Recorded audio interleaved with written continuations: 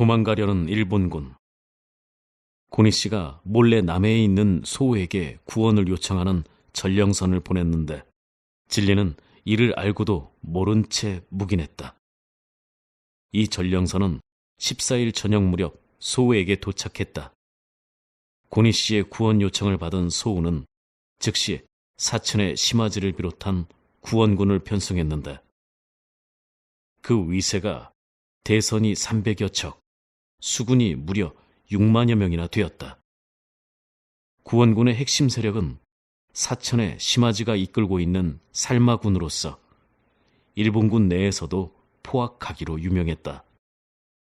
이 살마군은 10월 1일 사천성을 공격한 명나라 제독 동일원의 육군을 전멸시켰으며 기억하기도 싫은 저 7천량 해전에서 조선 수군을 전멸시켰던 바로 그 악명 높은 싸움꾼들이다. 그리고 대장 시마즈는 교묘하게 조선 수군을 농락한 지략이 뛰어난 지장이라 할 수 있다.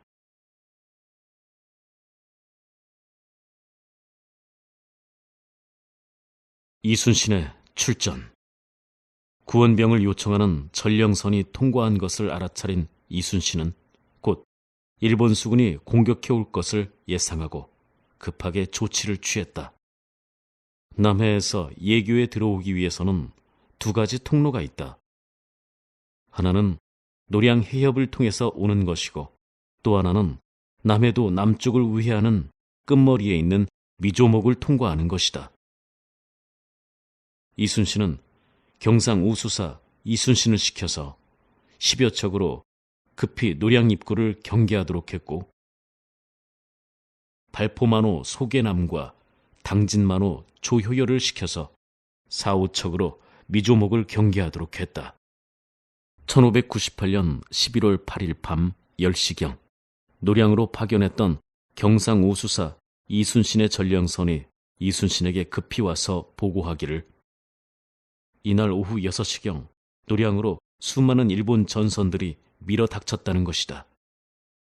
노량은 이순신이 위치하고 있던 유도에서부터 약 24km 떨어져 있어 이순신이 전속력으로 달리면 약 4시간 만에 도달할 수 있는 거리였다.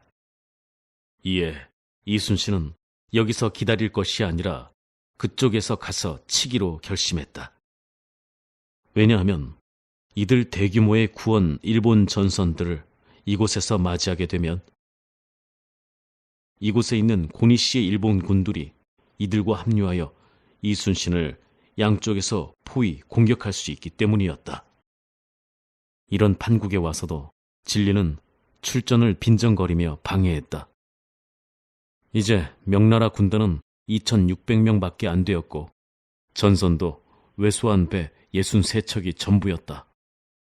그러나 이순신이 강력하게 출전을 주장하고 해상 봉쇄선을 풀고 나팔을 불어 앞서 나가니 어쩔 수 없이 이순신의 함대 뒤를 찔끔찔끔 따라 나섰다.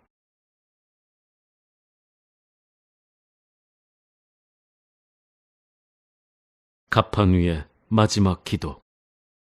11월 18일자 행록에는 당시 이순신의 비장한 각오가 그대로 드러나 있다. 기도를 한 것이다. 도독과 약속하고 밤 10시쯤 같이 떠났다. 자정에 배 위에 올라가 손을 씻고 무릎을 꿇어 이 원수를 무찌른다면 지금 죽어도 한이 없겠습니다고 하늘에 기도했다. 그런데 바로 이때 하늘에서 커다란 별똥이 바다로 떨어졌다. 휘잉.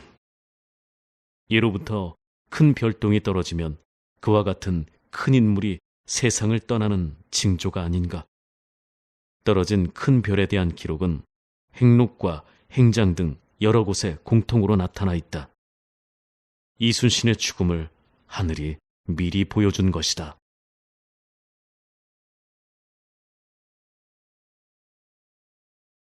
노량으로 18일 밤 10시경에 유도에서 출항한 연합함대는 다음날 새벽 2시경 노량의 관음포 앞바다에 이르렀다.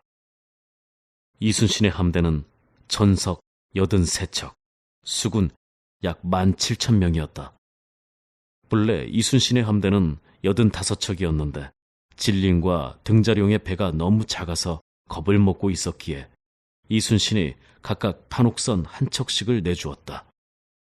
이순신은 12척의 전선으로 명량해전을 치른 후 불과 1년 만에 이렇게 당당한 규모의 수군을 건설한 것이다. 그런데 노량 앞바다에 들이닥친 일본 전선은 이충무공 전서에 따르면 대선만 무려 500척이나 되었고 병력이 6만여 명이었다. 너무나 큰 전력의 차이였다. 83척으로 어떻게 500척을 상대한단 말인가? 명나라 진린의 지원 전선은 작은 배만 63척인데 그게 무슨 소용이 된단 말인가? 오히려 거치적거려 방해만 될 뿐이다. 이순신은 상황을 판단했다. 일본 수군이 노량 해협으로 진입하여 예교로 가기 위해서는 두 갈래의 길이 있다. 하나는 해협을 통과하자마자 바로 북쪽으로 붙어서 작은 섬이 많은 죽도 방면을 통과하는 길이고, 또 하나는 해협을 통과하자마자 바로 남쪽으로 붙어서 관음포 앞바다를 통과하는 길이다. 그런데 틀림없이 이들은 북쪽이 아니라 남쪽 관음포 앞바다를 택할 것이다.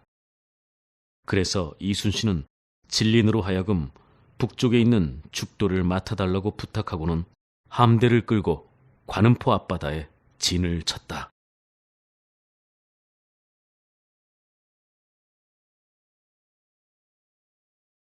관음포에서 싸우다. 죽도는 관음포에서 5km 정도 약간 후방으로 이격되어 있다.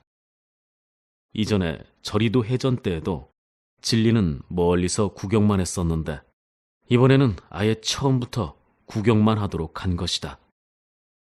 만반의 조치를 끝낸 이순신은 이제 하늘의 모든 것을 맡겼다. 노량해전, 아니 정확히 말하면 관음포 앞바다 해전은 1598년 11월 19일 오전 4시경 일본 전선이 먼저 조총을 발사하면서 시작되었다. 땅, 따당, 땅. 아직 사방은 지척을 분간할 수 없는 어두움에 덮여 있었다. 이때 이순신의 조선 함대는 바람이 불어오는 위쪽에 위치하고 있었다. 그래서 화공작전의 유리한 조건을 최대로 이용하여 일제히 불화살과 총통을 일본 전선을 향해 퍼부었다. 그리고 가까이 붙었을 때는 불붙은 장작개비도 힘껏 던졌다. 쏘아라, 쏘아라, 힘껏 쏘아라. 각종 깃발로 요란하게 치장한 일본 전선은 순식간에 불길에 휩싸이기 시작했고, 일본 수군들은 배에 붙은 불을 끄기 위해 바닷물을 퍼올리는 등 안간힘을 썼다. 이순신의 조선 함대는 수없이 많은 적을 만나 죽도록 싸웠다. 지자포, 현자포가 잠시도 쉴 새 없이 소리를 냈고 군사들은 있는 힘을 다해 불화살을 쏘고 총을 쏘았다. 천지가 진동하고 바다가 곧 엎어지는 것 같았다. 어두운 밤하늘은 온통 불꽃놀이를 하는 듯 붉게 물들었다. 희미한 표적을 향해 무수히 화살이 날아들었다. 이때 죽도에서 멀뚱멀뚱 구경만 하고 있었던 명나라 수군이 이제 전세가 조선 편으로 완전히 기울어지자 그제야 조선 함대를 돕는다고 뱃머리를 관음포 방향으로 돌렸다.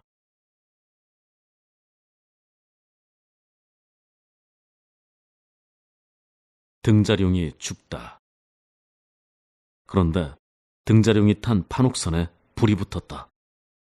이때가 겨울에 가까운 시기였고 새벽녘이었기에 몹시 추웠다. 그래서 갑판 위에 모닥불을 피워둔 것이 그만 배에 붙은 것이다.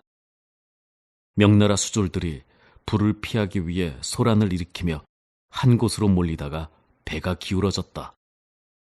그 틈을 타서 일본 수군이 잽싸게 배에 달려들어 등자룡의 목을 베어버렸다.